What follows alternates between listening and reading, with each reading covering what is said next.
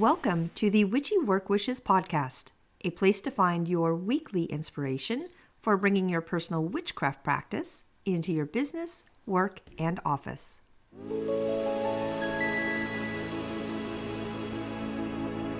Welcome to Witchy Work Wishes. I'm your host, Charlene, and today you are joining me for one of our celebrations on the Wheel of the Year, Litha. It is Summer Solstice time. But before we begin, before we embrace the height and the heat of the sun, I would love to share some things that I did over the past week and weekend in my own personal practice. There comes a time in many of our lives when the people who raised us, who once seemed so strong and unshakable, begin to soften at the edges. Time, that quiet, relentless current, carries them farther and farther from the world we once shared with them. It's a tender, painful process, and one that often asks us more of our hearts than we feel, we can give. In these final stages of life, when a parent begins to fade from the life they so carefully built, I think we are called to hold a kind of space that is both sacred and sorrowful. We watch as their memories slip away, as the, details of who they were and the stories they once told with bright eyes, it begins to vanish into mist. If we are honest, there's a mourning that begins long before the final goodbye, a slow, aching grief as we lose them piece by piece. Alzheimer's, in particular, is a thief of both time and identity. For over a year now, my father hasn't known who I am. The moments of recognition are gone, replaced by a distance that no amount of love can really bridge.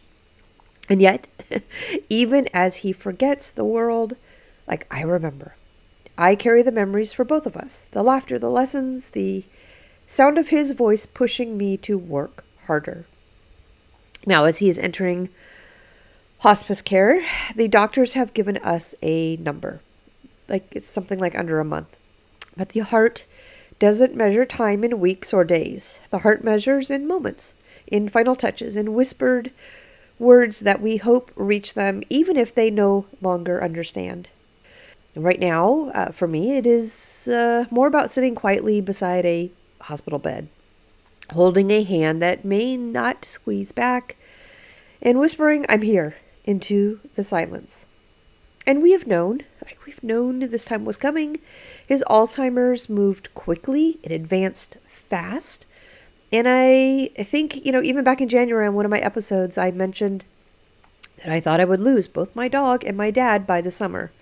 Well, as you know, I said goodbye to my beloved German Shepherd in May. And, well, here we are. Here we are with my dad.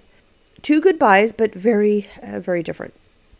With my dad, it's not easy. It's not clean or simple. It brings up old wounds, old regrets, and honestly, fears about the future, about my own eventual end.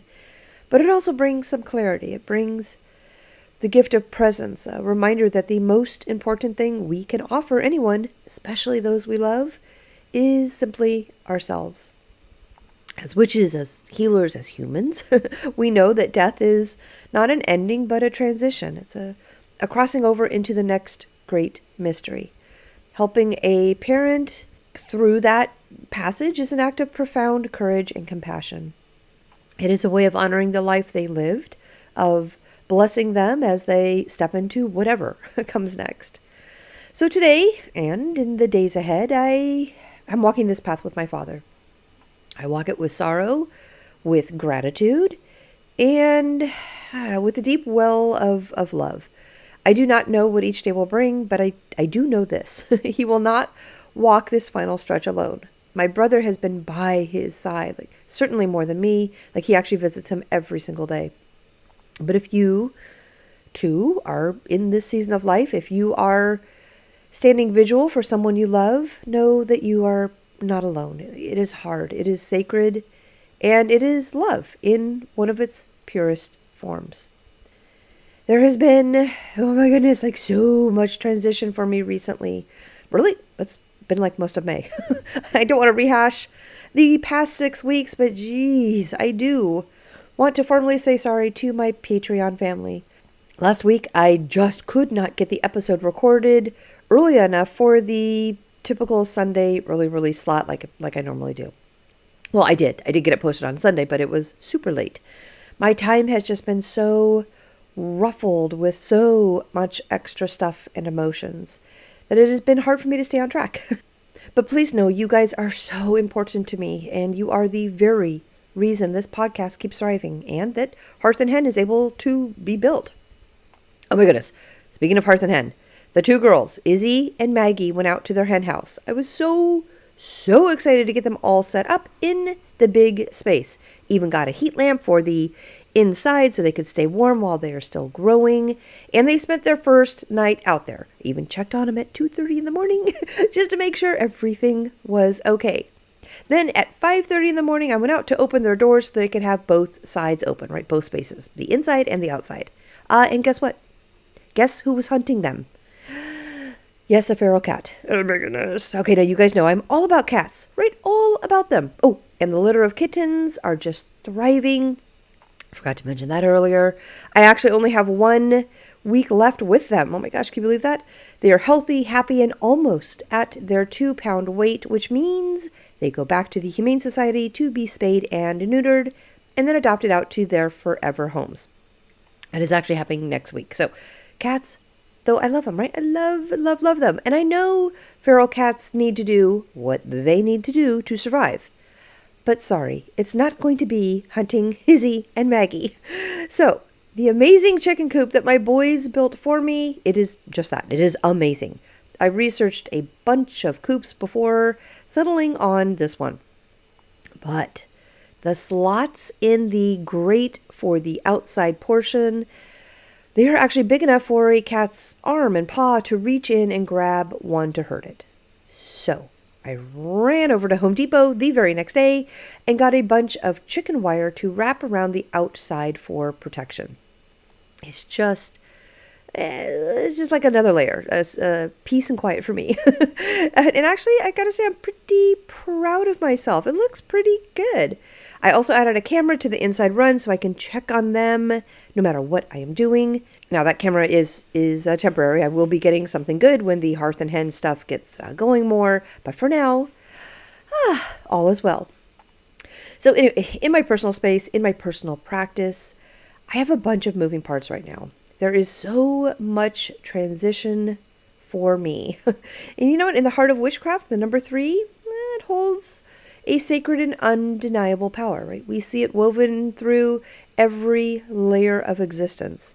The maiden, the mother, the crone. With the moon, it's the waxing, the full, the waning. The elements of land, sea, and sky. Like 3 is not just a number. It is a rhythm. It is a pulse. It's a spell that governs the very cycles of life. And it represents life, death, and birth. These are not separate events, but points along a spiral, an eternal dance that as, witches we learn to honor, to work with, and eventually learn to trust. Life blooms with breath and color, full of messy beginnings and sacred growth. And death, far from being the grim ending so many fear, is a doorway. It's a returning, a closing of one chapter before another begins. And birth, right? Birth is not only the arrival of something new, but the sacred recognition that life rises again from what was lost. And transition, that liminal space between, it's where the magic can happen, right? As witches, we know that the real alchemy is not in the moments of arrival or departure alone, but in the shifting sands of becoming. It is in the moment the sun sinks below the horizon and the world is neither day nor night. It is the pause between the inhale and the exhale. It is the instant a soul gets let go from one form and prepares to enter another. These thresholds, these in-betweens, they are holy ground for us, right? To honor life is to celebrate the fullness of being, the messy, beautiful, painful act of living. It is laughter, tears, love. It's loss. It's everything in between. To honor death is to bow before the unknown with respect, to acknowledge that endings are necessary, even sacred, and that release is a form of mercy. And to honor birth, it's to greet the new, whether it is a new soul, a new idea, a new version of ourselves, but to greet it with wonder and courage. But it is transition that tests us. It asks us to be brave, right, in uncertainty, to trust the unseen, to walk forward even when the ground feels unstable beneath our feet.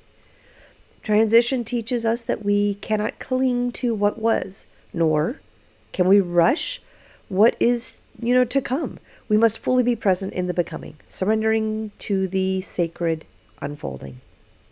This is the heart of witchcraft, right? Working with these cycles, not against them. We are the midwives to life, death, and birth, sometimes all at once. We hold space at thresholds. We weave spells in the liminal. We understand that everything is in a constant state of becoming, dissolving, and becoming again. When we lose someone we love, as I am losing my father now, we are not witnessing an end, right? We are standing at the doorway of a sacred transition. His life, once full and bright, now quiets. His death will not erase him. It will transform him. And somewhere, in some future time, birth will come again, in memory, in legacy, in spirit. As witches, we honor the power of three, right? Life, death, birth. And the sacred, aching, beautiful transitions that weave them all together in that endless spiral. And so, too, do the seasons dance in their eternal rhythm, right? And now we find ourselves stepping into one of the most powerful transitions of the year, Litha, the summer solstice. This is the sun at its peak, flooding the world with light and warmth and life. It's a moment of vibrant celebration, a time when the earth is just bursting with abundance and possibility. And yet, woven into this golden hour is a quiet truth, that even at the height of fullness, the wheel keeps turning. Litha reminds us that change is natural, beautiful even, and that within every peak lies the seed of transformation. So we gather the light, right? We dance in the sun and we honor the brilliance of this moment, knowing that the energy we soak in right now will carry us forward into the next sacred turning. So I invite you to join me today as we step into the golden glow of Litha, the summer solstice, a moment when the earth is alive with light, abundance, and magic. Today we are exploring the energy of this powerful turning point on the wheel of the year and how we as witches can harness the vibrant fire of the season. So whether you are soaking up the sun, tending to your sacred gardens, or simply feeling the pull of transformation in your soul, well, this episode is for you. Let's gather around the fire of Litha and celebrate the fullness of life, the beauty of change, and the magic that is all around us.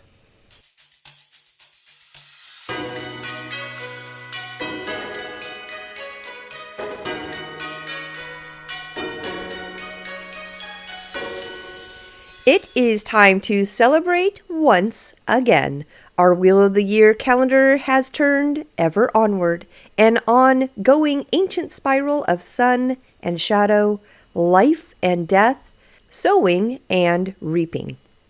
It is the sacred rhythm of the earth herself, a great circle marked by 8 spokes, 8 sabbats, each one a threshold into a different current of energy and magic.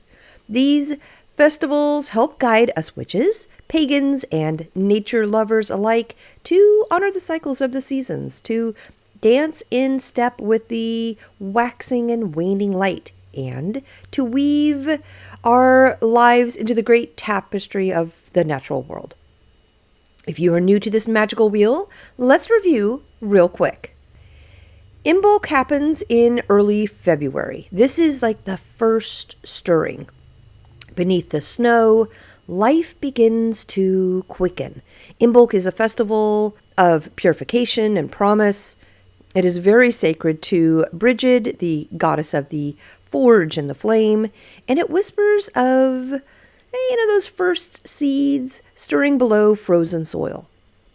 Then we have Ostara. This is our spring equinox, and this one is about balance and renewal. Day and night are equal here, and the earth awakens in full. Ostara celebrates fertility, rebirth, and the playful energy of new beginnings. It is a time of planting seeds, both literal and magical. Then we have Beltane, our May 1st celebration. This one is really like the fire of life. The veil is really thin for Beltane, but now it is about like life and love that dances through all of us. Beltane is the festival of passion and union and wild abandon. Fires are lit, lovers leap, and the world bursts into bloom with Beltane. Then we've got Litha, which is happening right now. This is our summer solstice. This is the height of the sun. It is the longest day, and it is when the Sun King basically reigns at his zenith. Litha is a celebration of abundance, joy, and the fierce power of fire. But from this peak, the descent begins. A reminder that all things cycle. Next, we have Lunasa. It's also called Lammas.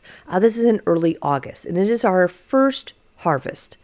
The fields basically give up their first fruits now. Like Lunasa is a festival of gratitude and sacrifice, honoring the grain that falls so life may continue. It is a time to gather, to feast, and to begin the work of harvest. Next, we have Mabon. This is our autumn equinox. It is the second harvest celebration. It's really a balance of light and dark. Once more, like our day and night are equal, right? So Mabon is kind of like known as like the witch's Thanksgiving. It's a pause to gather what has been sown and to prepare for the dark half of the year. It is a time of great gratitude, balance, and, letting go. Then we have Samhain. October 31st, this is also known as the Witch's New Year. The wheels end and beginning. Samhain really is the sacred festival of death and rebirth, when the veil is thinnest and ancestors walk among us. It is known as the witch's most powerful night. It is a time for divination, remembrance, and shadow work. Now I know Samhain really is the wheel's end and the beginning, but I tend to look at Yule as the true end. Yule is the winter solstice.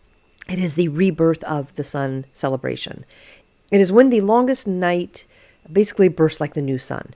Yule is a time of stillness, of hope, when we honor the light's return and kindle new dreams. It is the sacred hearth fire burning through the dark. So each Sabbat is a portal. Each season is a teacher. And as witches, we learn to move in rhythm with this eternal dance, weaving our magic into the great cycle of life, death, and rebirth. Here at Witchy Work Wishes, you can actually go back to each of the celebrations we have had so far this year. I have specific episodes on each of them for 2025. But today it is all about Litha, our summer solstice, a time when we find ourselves standing at one of the wheel's brightest gates. This is no ordinary day, my friends. It is the crown of the sun's journey, when light lingers long into the evening and the earth is just bursting with life. Litha invites us to soak in this power, to celebrate the growth all around us and within us. It is a reminder that while the sun blazes high overhead, our own inner fires are just as worthy of tending. So today, let's step through this golden doorway together and explore the magic and the meaning of the solstice. We who walk the old paths and listen for the whisper of the seasons know that the story of Litha is as ancient as the turning earth itself. Long before we called it Litha, long before calendars marked the solstice, our ancestors watched the sun's slow climb to its mighty height. They honored this day, the longest day, the shortest night, with fire, feast, and reverence. Across cultures and ages, the summer solstice has been a sacred turning point. The ancient Celts and Germanic tribes lit towering bonfires on hilltops, believing the flames would strengthen the sun for its inevitable journey into decline. To us, the fire is more than heat and light. It is a living symbol of power, passion, and protection. Even now, as modern witches, we feel that ancestral pull, right? We feel the call to gather, to kindle flames of our own, to honor both the sun and the sacred fire burning within.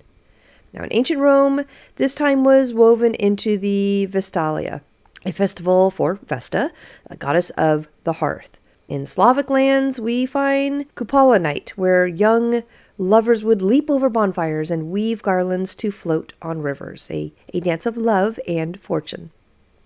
In Norse traditions, they honored Balder, the beloved god of light, whose death marked the sorrowful beginning of the sun's waning strength. All of these threads, all of these songs, these stories, are woven into our collective memory, a tapestry of celebration and magic. For us witches, Litha is a moment to stand at the apex of the sun's reign. We honor solar deities like Ra, Sekhmet, shining Apollo, golden Amaterasu, if I said that right, Amaterasu. We gather oak leaves, sacred to the oak king who rules the light half of the year, knowing that after today, his strength will slowly ebb, and the Holly King will rise once more to rule the dark. Now, the dance of light and shadow is certainly eternal, but on Litha, we stand at its shimmering peak. Now, the old festivals taught us to live in rhythm with the earth, right? To plant, to tend, to harvest, and to rest. Litha is a day of gratitude for what has grown, like a moment of fiery joy before the slow descent into the golden twilight of the year. We gather herbs at their peak potency, we bless our homes with sunshine and song, and we open our hearts to the gifts of abundance, fertility, and the wild, the untamable fire of life. Though centuries have passed and the world has certainly changed, the magic of Litha remains. We are the torchbearers now. It is our task to remember, to rekindle, and to celebrate, to turn our faces to the sun and say, hey, we see you, we honor you, we carry your fire within us. The summer solstice, or Litha, always falls around the time when the sun moves from Gemini into Cancer too. It's right on that cusp. This shift is more than just a date change on the calendar. It carries deep energetic significance for us as witches and magic workers. Gemini, an air sign ruled by Mercury, brings quickness, communication, curiosity.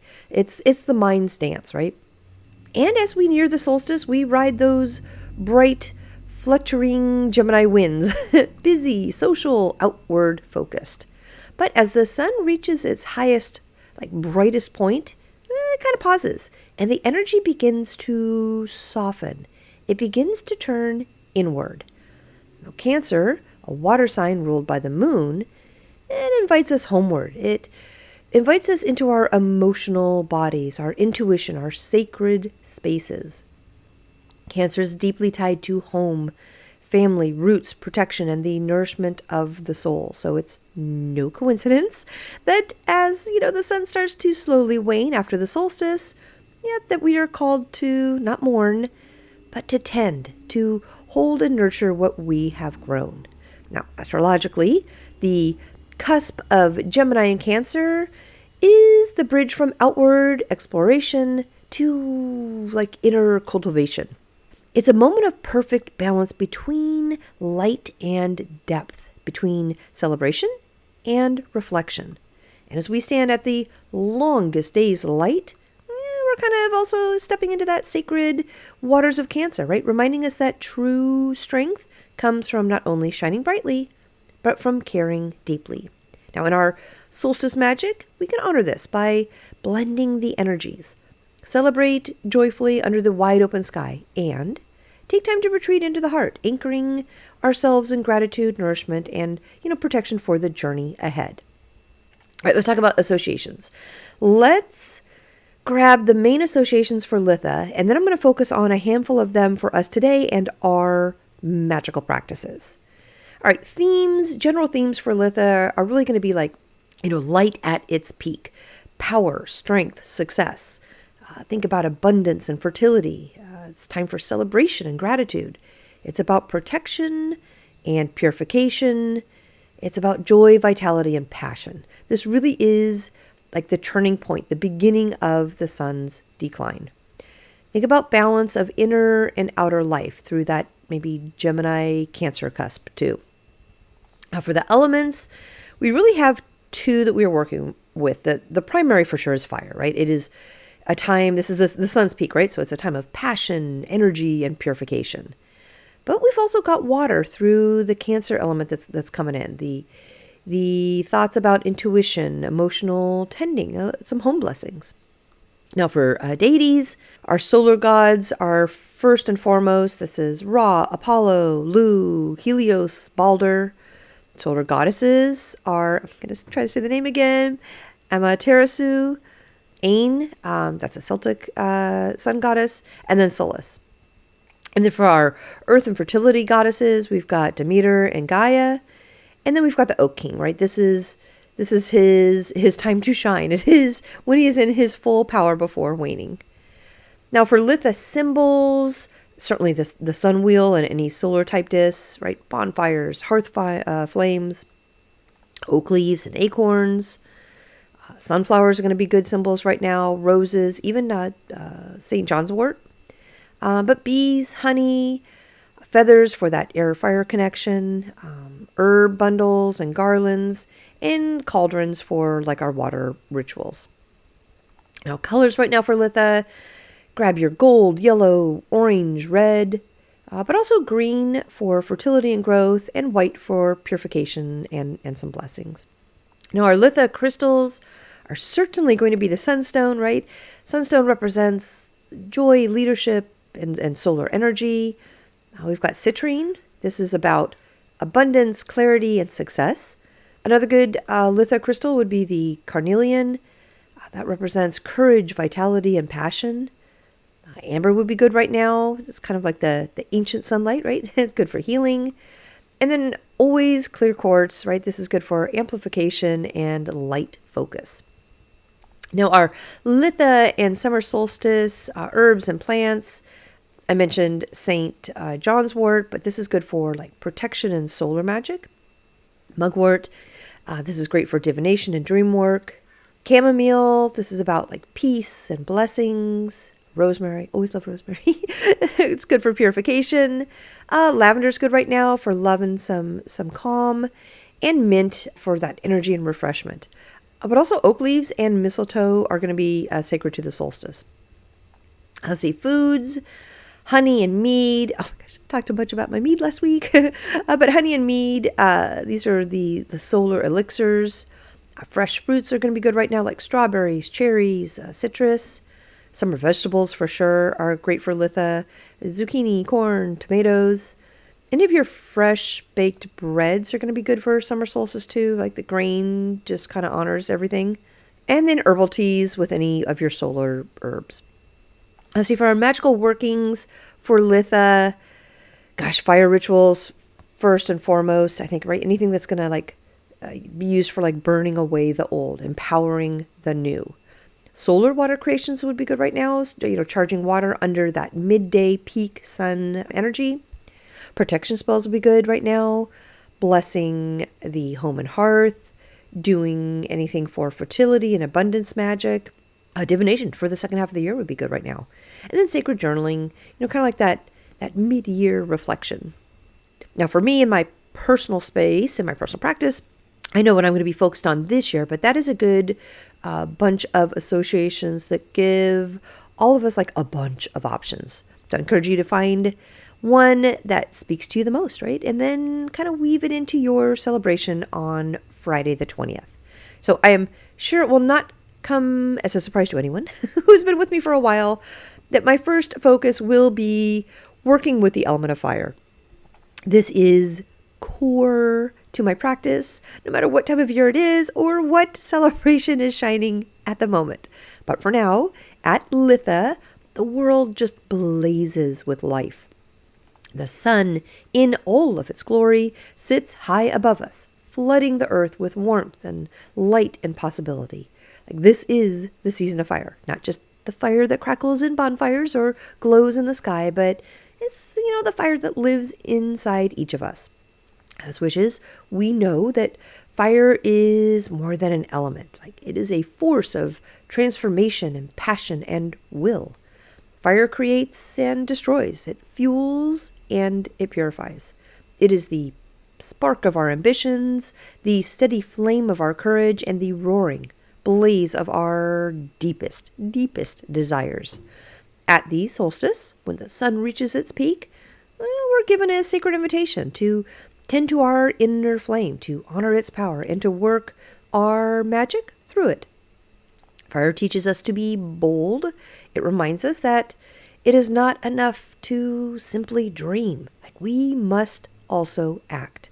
What is it that you have been quietly nurturing in the shadows? Like what passion have you kept banked low, afraid it might burn too brightly? Now's the time to feed that fire, to give your dreams the oxygen they need to leap into life. Working with fire during, Litha can be as grand or as simple as you wish. Light a candle with intention, whisper your desires into the flame, and trust that the energy will carry them into the unseen realms. Build a bonfire, if you can, and dance around it, or simply gaze into the sun at dawn or dusk, like feeling its power awaken your spirit. Write down what you wish to release, doubts, fears, old stories, and offer them to the flames, watching as the smoke carries them away. Fire is, I think it's a really loyal ally in transformation. It asks only that we be willing to let go, to trust the burn, and to step into, what waits beyond. Fire also calls us to joy, though, right? To laughter, to movement, to celebration. It is the pulse of life itself, urging us not to wait for permission to live fully. And at Litha, we are reminded that we, too, are made of light, and that our joy is a spell all of its own. So this solstice, we can honor the element of fire within and without. It's a time where we can recognize our own strength, our own power to create, destroy, and rebuild. We remember that fire in our hearts, our passion, our courage, our fierce love for life is the truest magic that we carry. On my end, I will be tending to my flame, feeding it with hope, with action, with wild, unapologetic joy, letting it guide me through the longest day and beyond. I'm also going to be focused on and learning more about the Norse god Balder. While I'm always tied to the Norse gods, like overall, there is just something that comes alive with the Norse pagan path over summer for me. If you don't know about Balder, there are few whose stories shine as brightly, or honestly, and as tragically, as his. In the Norse pantheon, Balder is the beloved son of Odin and Frigg. He is a god of light, beauty, purity, and peace. His presence is said to have been so radiant that all things in the world, the trees, the stones, even the very air, adored him.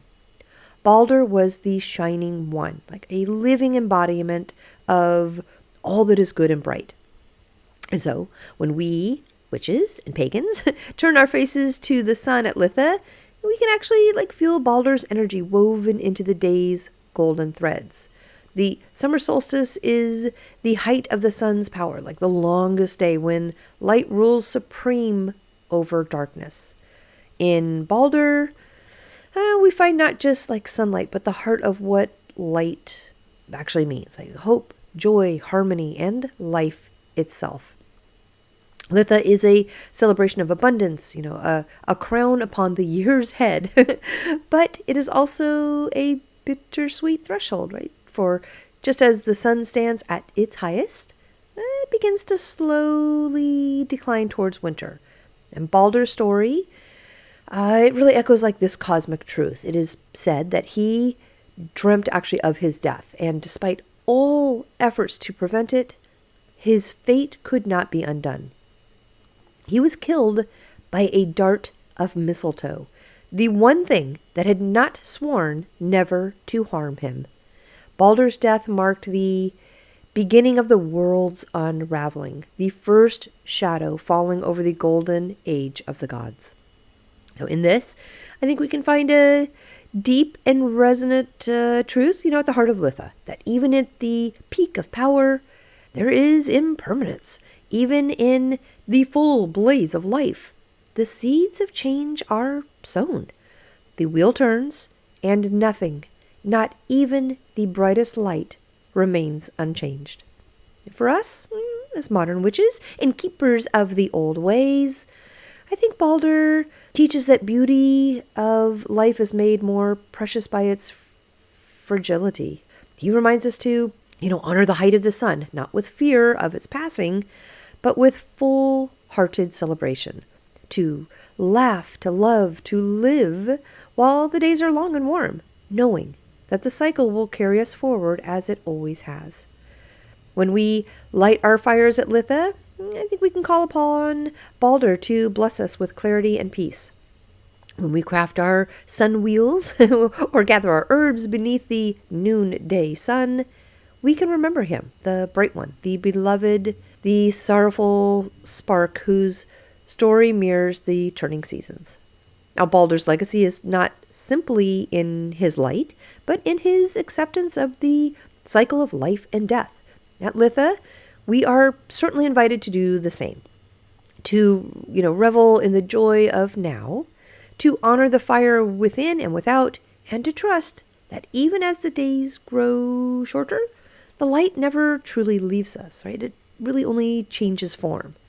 So with daily work, my path and my celebration is going to be with Balder this solstice, bathed in the sun's radiance, carrying a piece of that, eternal light within my own personal sacred flame. Now for the herb and plant associations with Litha, my focus this year is going to be with oak leaves. Now the oak has been sacred to many ancient people, Celts, Norse, Greeks, Romans, long before modern witchcraft reclaimed it. But when it comes to Litha and the summer solstice, the oak takes on a very particular significance rooted deep in myth and magic. Now, Dur, which is spelled D-U-I-R, in Old Irish means door. And in Celtic and Druidic traditions, this was seen as a threshold between worlds. So oaks were revered as powerful, protective beings that linked the heavens and earth. Their branches stretched skyward, right? Their roots dug deep, symbolizing strength, endurance, and wisdom, and sovereignty. Now, in many ways, the oak represents the height of nature's power, right? Just like the solstice itself, when the sun is at its zenith.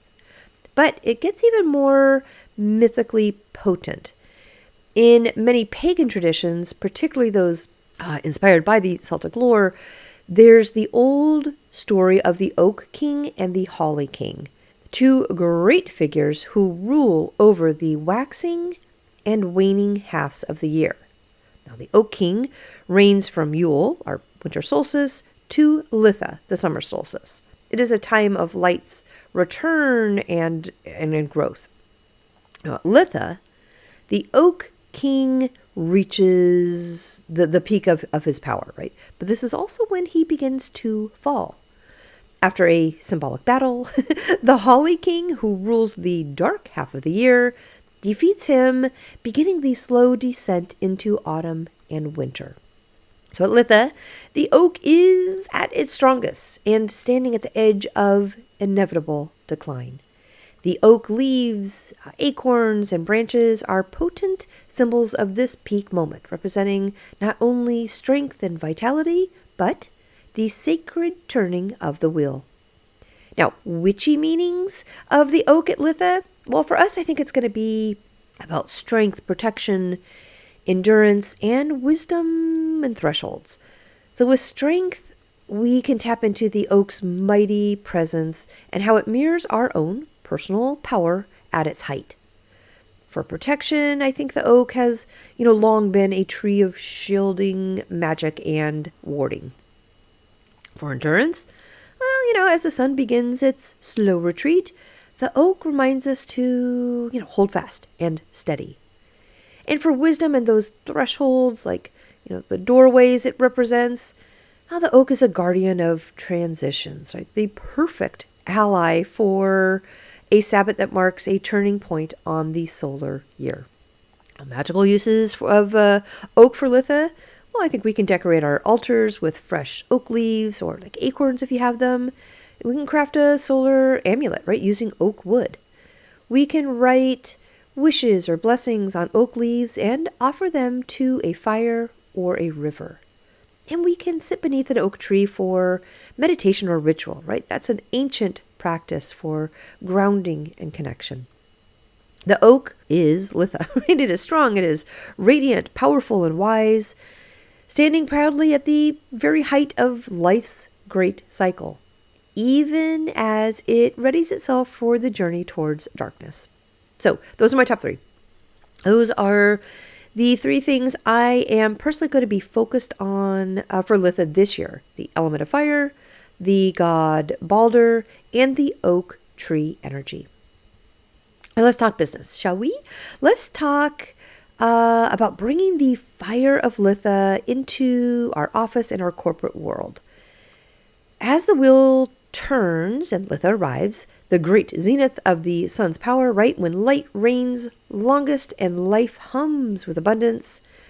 As witches walking between these worlds, I think many of us are going to feel the call to celebrate this fire festival in open fields, forests, or at the sea, right? But what about those of us whose days are spent in cubicles, boardrooms, and Zoom calls? How do we weave the radiant energy of summer solstice into the heart of the corporate world? Well, the answer, as always, is simple and powerful. We carry the sun with us. Litha is about illumination, bringing, clarity, vitality, and boldness to all that we do. It invites us to stand tall in our own light, to celebrate the fruits of our labor, and to honor these cycles of growth, even amidst the artificial lights and spreadsheets. It reminds us that magic is portable, and that even the most mundane spaces can be altars when approached with intention. At its heart, Litha energy in the workplace asks us to embody, I think, three things: confidence, celebration, and vitality. For confidence, Litha asks us to own our voice, right? Our ideas and our own worth. Litha asks us to celebrate, recognize our achievements, both big and small, as milestones on our journey. And Litha asks us to, think about vitality, right? Nourishing ourselves so that we can burn brightly without burning out.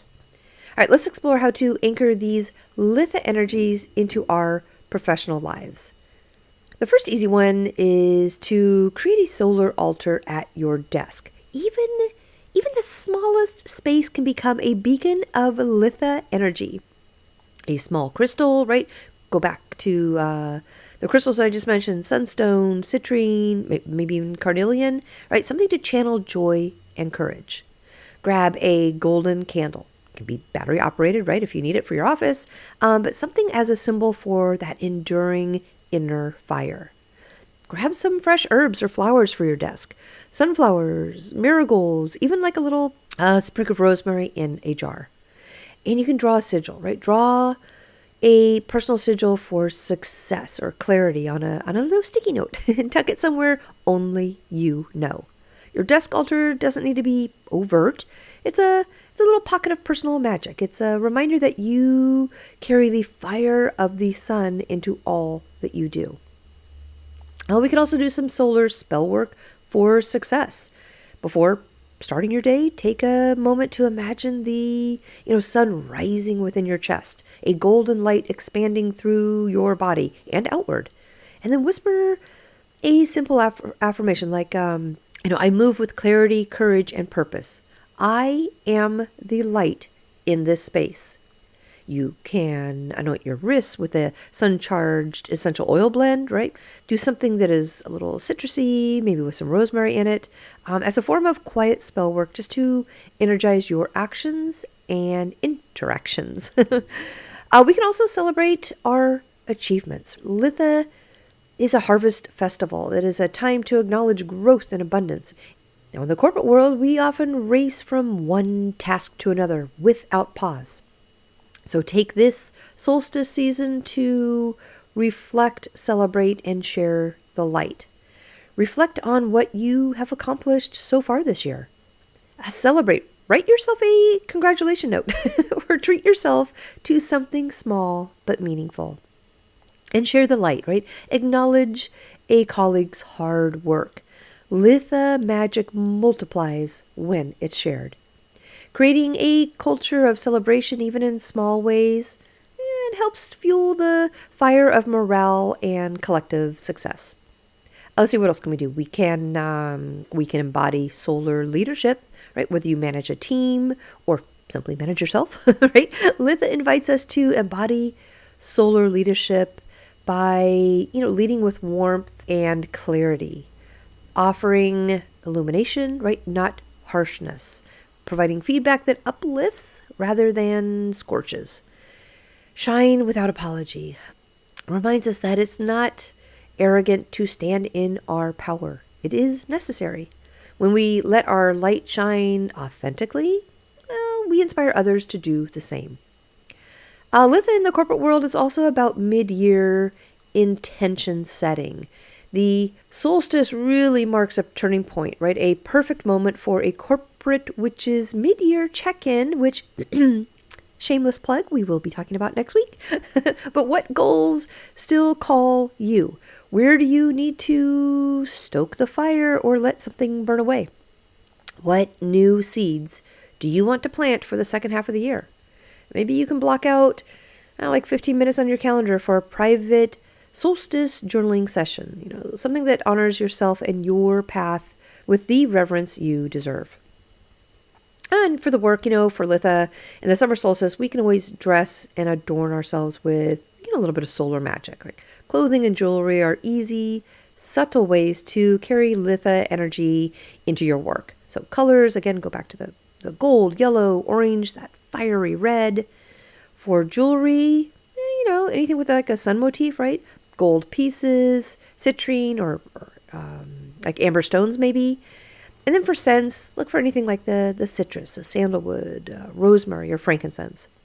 Wear something, though, that makes you feel like the embodiment of sunlight, confident, radiant, unmissable. And remember that we are, in fact, the light bringers, right? Even in spaces built of concrete and fluorescent bulbs, we can be the carriers of the old fires. We can transform the mundane into the magical simply by bringing intention, joy, and boldness into our work. At Litha, we are reminded that our magic is not limited to the forests and the meadows. It really shines wherever we do. So this solstice, I say, carry your fire proudly into the world. Burn bright. Lead with joy. Let your magic turn even the most ordinary office into sacred ground. Now, if I have some listeners who are celebrating June as Pride Month, the connection between Pride and the summer solstice, is really not accidental. It's a poetic meeting of light, identity, and liberation. Now, the roots, Pride Month, celebrated each June, honors the Stonewall Uprising of June 1969, a watershed moment in the LGBTQ plus history, when queer and trans communities rose up against systemic oppression. Now, June was chosen to honor the bravery, visibility, and revolutionary spirit sparked by those events. But if we step back and look at the cosmic timing, I think we can find something a little deeper.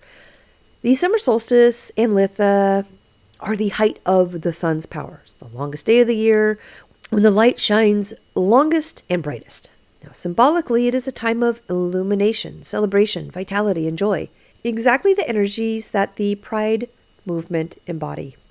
Pride is all about coming into the light, being seen fully, authentically, and unapologetically. It is about celebrating identities and lives that have historically been forced into the shadows.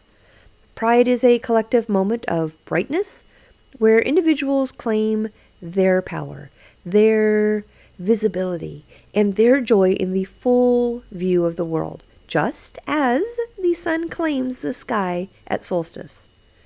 It's also about the magical and mythical layer, right? In many ancient cultures, the summer solstice was a time of wild celebration, of fertility, of union, of love without boundaries. It was a season when, barriers loosened and nature itself invited diversity and abundance. Now, gender fluidity, queerness, and non-traditional relationships were often more openly celebrated in pre-Christian, pre-colonial societies, especially around major festivals like Litha.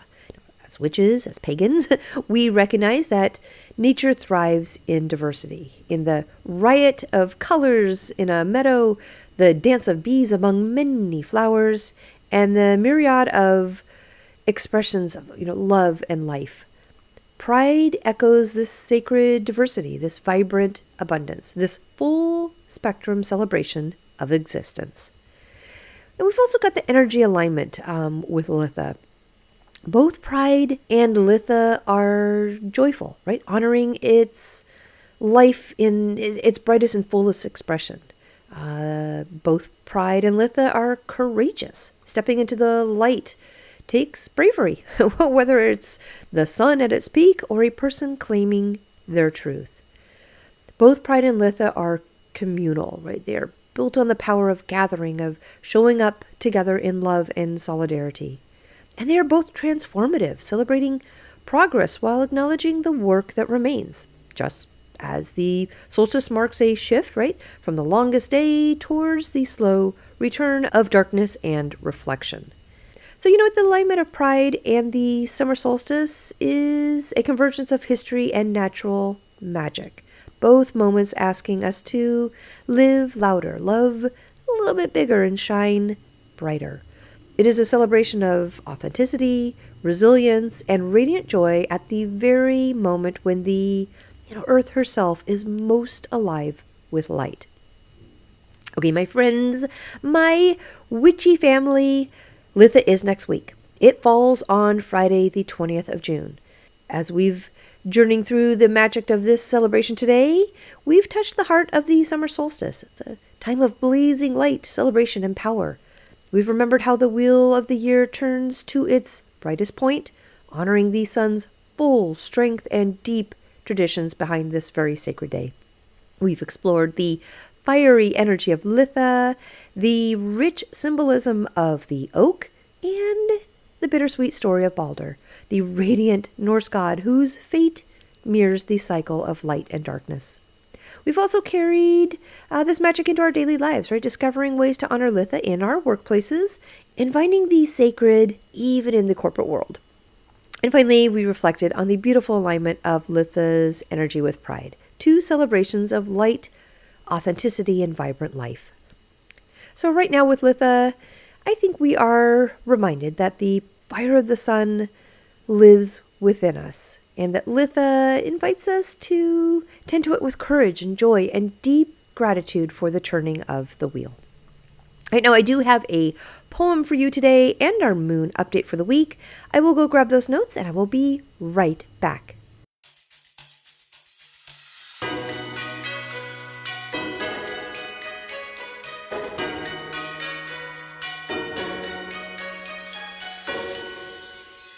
All right, let's start with my Litha poem. It's just a little one, but I wrote it just for today's episode.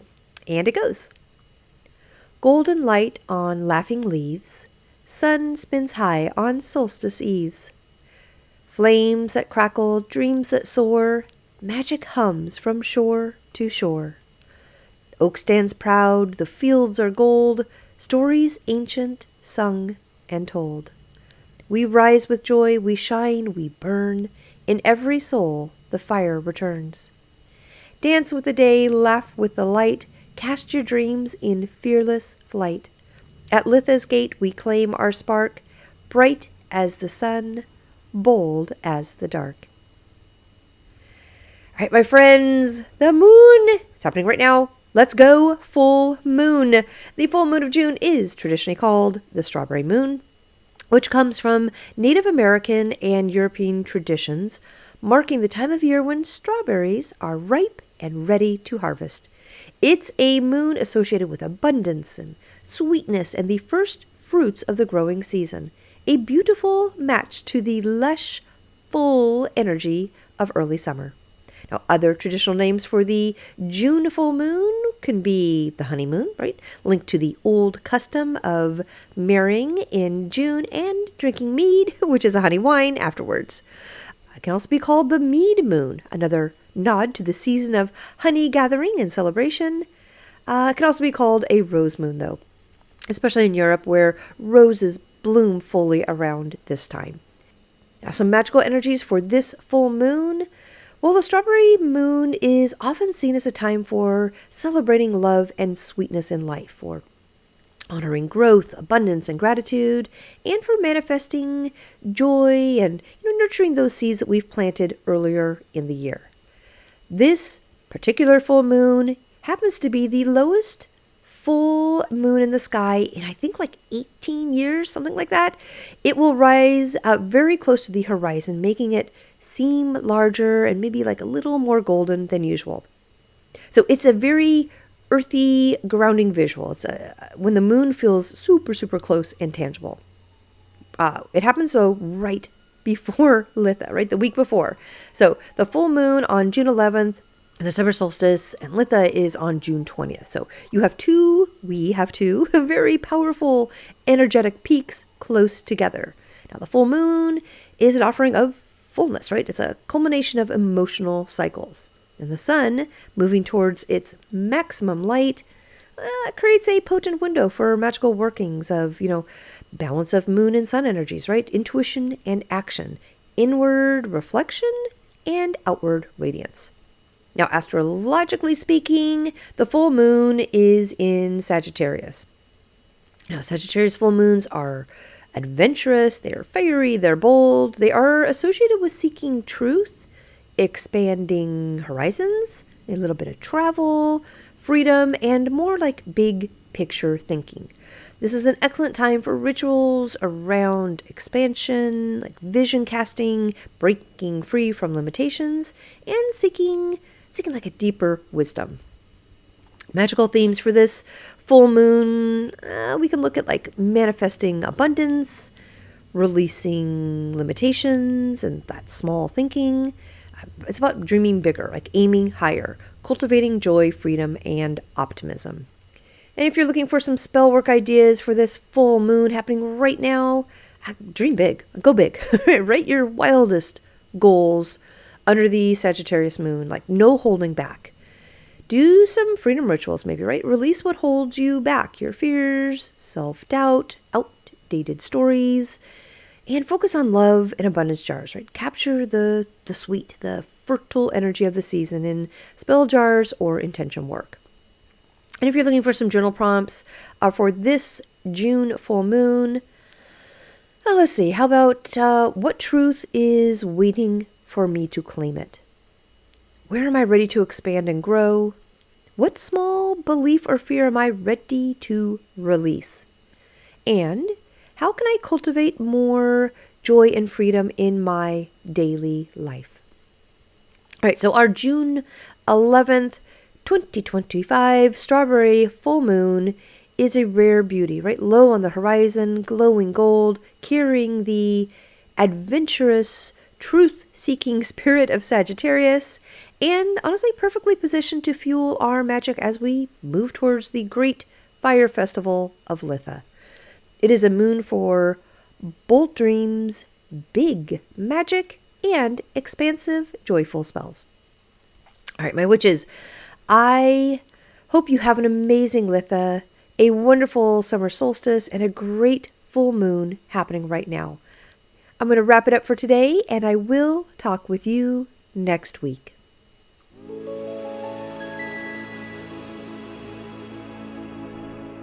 Thank you for joining me today at Witchy Work Wishes, a place to find your weekly inspiration for bringing your personal witchcraft practice into your business, work, and office. For more information and additional content, please visit me online at witchyworkwishes.com. If you want to send me a personal note, please email me at info@witchyworkwishes.com. And of course, you can follow me on Instagram and Facebook. Just search for Witchy Work Wishes.